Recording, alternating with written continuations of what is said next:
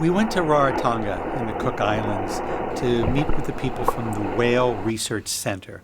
They're doing outstanding work on humpback whales. Hi, I'm Nan Hauser, the director of Cook Islands Whale Research.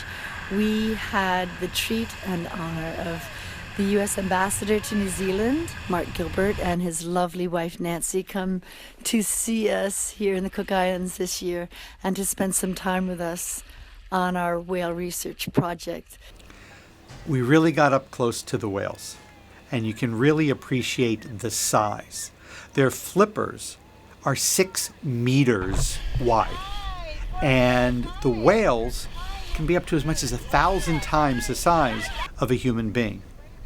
That being said, they're really gentle mammals, and we got to see them up close, probably 24 different ones, including one which was a mother and her newly born calf.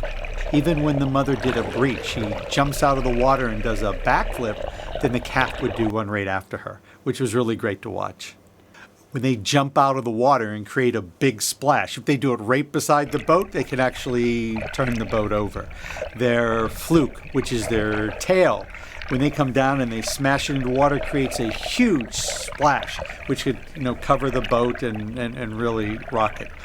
I often get asked the question of why whales are important, and I can name about 100 reasons, but I think there's one very important one, especially now with global warming, and that's the trophic cascade that starts at the bottom of the ocean and goes to the top. And as the whales declined due to whaling, so did fish and krill. Whales feed in the dark, but then they come up to the light where the magic happens. This is photosynthesis. Here they release a fecal plume, which we call a punami, in photic zone, and it becomes full of nutrients, iron and nitrogen. Nutrients fertilize plankton. Plankton absorbs carbon from the atmosphere. So the more whales, it equals less carbon in the atmosphere.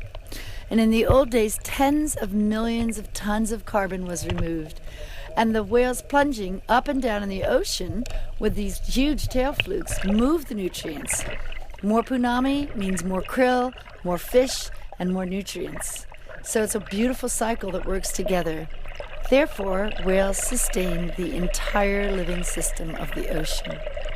They actually have laws on how far you have to stay away from the whales. It's only the Whale Research Center that has the permission to get up close to them. And I think that the whales know who they are. So they're used to seeing them every day, doing the research out with them. And they know that they're also very careful. Plus, Nan, she knows where to take the boat. So she knows how far to stay away, when she can follow them, when she can get up close. So because of that, you feel, pretty safe with what you're doing. It was great being on the boat. Even sometimes when we had to get pieces of skin, they were willing to collect skin in a strainer, and even on one occasion get in the water and dive down and get a piece of skin, which we use for mitochondrial and nuclear DNA. But we also look at stable isotopes from the skin and carbon and microbiology and lots of other things. So it's endless. Our research is just more fun than anything we could ask for, but it's also so important for us to understand where these whales are going, how they're going, what they're doing, how they're living, and how we can protect them.